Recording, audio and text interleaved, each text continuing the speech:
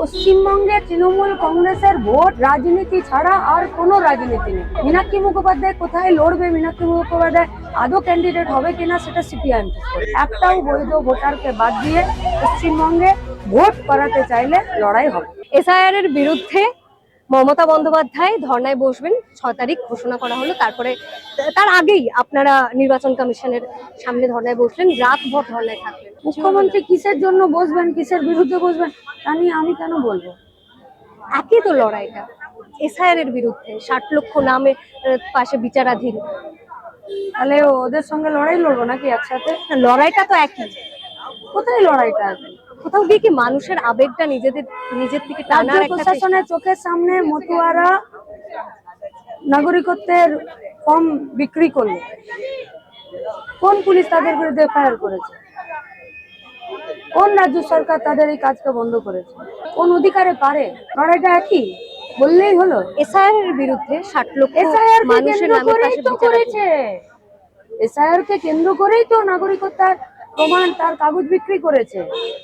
আরো একটু তলিয়ে ভাবতে হবে, আরো একটু তলিয়ে জানতে হবে, তারপরে মাঠে নেমে অ্যাকিউজ করতে হবে। সিপিআইএম হলে সিপিআইএম কে অ্যাকিউজ করো, তৃণমূল হলে তৃণমূলকে অ্যাকিউজ করো। কারো কথা শুনে আর কাউকে প্রশ্ন করা যাবে না।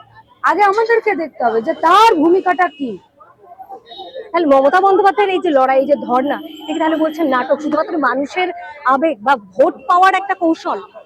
পশ্চিমবঙ্গে তৃণমূল কংগ্রেসের ভোট রাজনীতি ছাড়া আর কোনো রাজনীতি নেই। আচ্ছা, আপনারা বারবার বাইনারির কথা বলেন, তৃণমূল আর বিজেপি উভয়ই সাম্প্রদায়িক রাজনীতি করছে, বামেদের মানুষ কেন ভোট দেবে? ভারতবর্ষের সংবিধান অনুযায়ী যে দেশ চলে, সেখানে যারা সাম্প্রদায়িক রাজনীতি করে তাদেরকে ঘৃণা করতে হবে, ছুড়ে ফেলে দিতে হবে, সোজা কথা। নির্বাচনে কি কি ইস্যু সামনে রেখে মানুষের কাছে ভোট চাইবেন? রুজি কাজ, কারখানা, 100 দিনের কাজ, মাইক্রো ফিন্যান্সের ঋণের জাল থেকে মুক্তি দেওয়া, পরিযায়ী শ্রমিকদেরকে রাজ্যে ফেরানোর ব্যবস্থা, সরকারি স্কুল খোলা, যা মানুষের দাবি তাই আমাদের দাবি। উত্তরপাড়ায় তাহলে সিপিএম প্রার্থী হচ্ছেন মীনাক্ষী মুখোপাধ্যায়? অনেকগুলো বিধানসভা কেন্দ্রে সিপিআইএম এর প্রার্থী হবে, লাল ঝান্ডা লড়বে। মীনাক্ষী মুখোপাধ্যায় কোথায় লড়বে, মীনাক্ষী মুখোপাধ্যায় আদৌ ক্যান্ডিডেট হবে কিনা সেটা সিপিআইএম ঠিক করবে। কি বার্তা দিতে চাইবেন? এসআইআর এই তো সাধারণ মানুষ এত হয়রানির শিকার, তার মধ্যে কাকে বাঁচবে এটা একটা যে কনফিউশন তৈরি হচ্ছে। হয়রানির শিকারে কেউ ব্যতিব্যস্ত হবেন না, ধীর থাকুন, স্থির থাকুন, শান্ত থাকুন। সিপিআইএম পাশে আছে। 9 তারিখে ফুল বেঞ্চের মিটিং হবে।